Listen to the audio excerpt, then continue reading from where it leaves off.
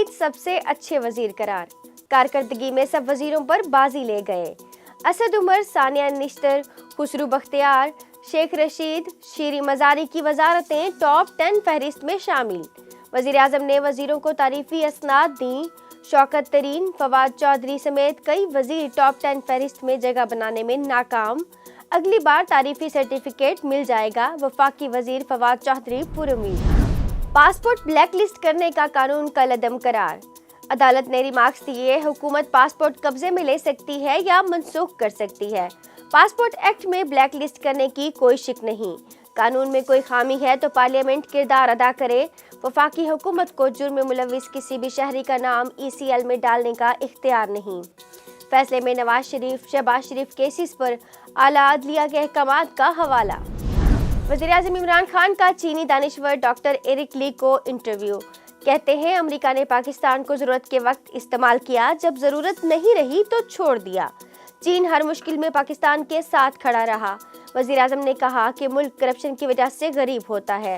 جو ملک طاقتور کو قانون کے کٹہرے میں نہ لا سکے وہ تباہ ہوتے ہیں۔ 22 سال کی جدوجہد کرپشن سے نجات کے لیے لوگوں کو غربت سے نکالنا اولین ترجیح ہے۔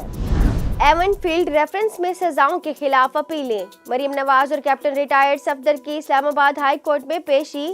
جسٹس عامر فاروق اور جسٹس محسن اختر قیانی درخواستوں پر سماعت کریں گے۔ فلیگ شپ ریفرنس میں نواز شریف کی بریت کے خلاف نیب اپیل پر بھی سماعت ہوگی۔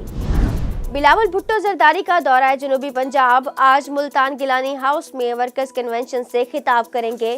کنونشن کی تیاریاں مکمل، جیالے پرجوش۔ قانونی رکاوٹیں دور، اسحاق ڈار بطور سینیٹر حلف اٹھانے کو تیار۔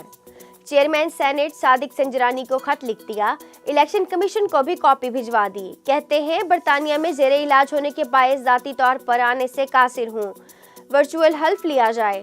پاکستانی ہائی کمشنر یا مجاز شخص کے ذریعے حلف لینے کی تجویز بھی دے دی۔ تنخواہوں میں اضافے کے اعلان پر سرکاری ملازمین کا یوم تشکر۔ اسلام آباد میں وزارت خزانہ کے سامنے بھنگڑے، وزیر خزانہ شوکت ترین کا بھی اظہار یکجہتی۔ کہتے ہیں ٹائم سکیل پروموشن کی سمری وزیر اعظم کو بھیج دی، ملازمین کے مسائل حل کریں گے۔ جامعہ کراچی کے اساتذہ کے حکومت سے مذاکرات کامیاب، انجمن اساتذہ کا ہڑتال ختم کرنے کا اعلان۔ 10 روز بعد تدریسی عمل کل شروع ہوگا۔ امریکی صدر جو بائیڈن کا اس سعودی فرمانروا شاہ سلمان سے ٹیلی فونک رابطہ، خطے کی صورتحال اور باہمی دلچسپی کے امور پر تبادلہ خیال۔ دو طرفہ تعلقات مزید مضبوط بنانے کا عزم۔ امریکی صدر کا حوثی باغیوں کے حملوں کے خلاف سعودی عرب کی حمایت کا اعادہ۔ انتظار کی گھڑیاں ختم، لاہور میں PSL کا میلہ سجنے میں چند گھنٹے باقی۔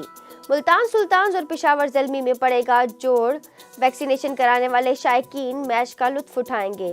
اسٹیڈیم میں 50% افراد کو داخلے کی اجازت۔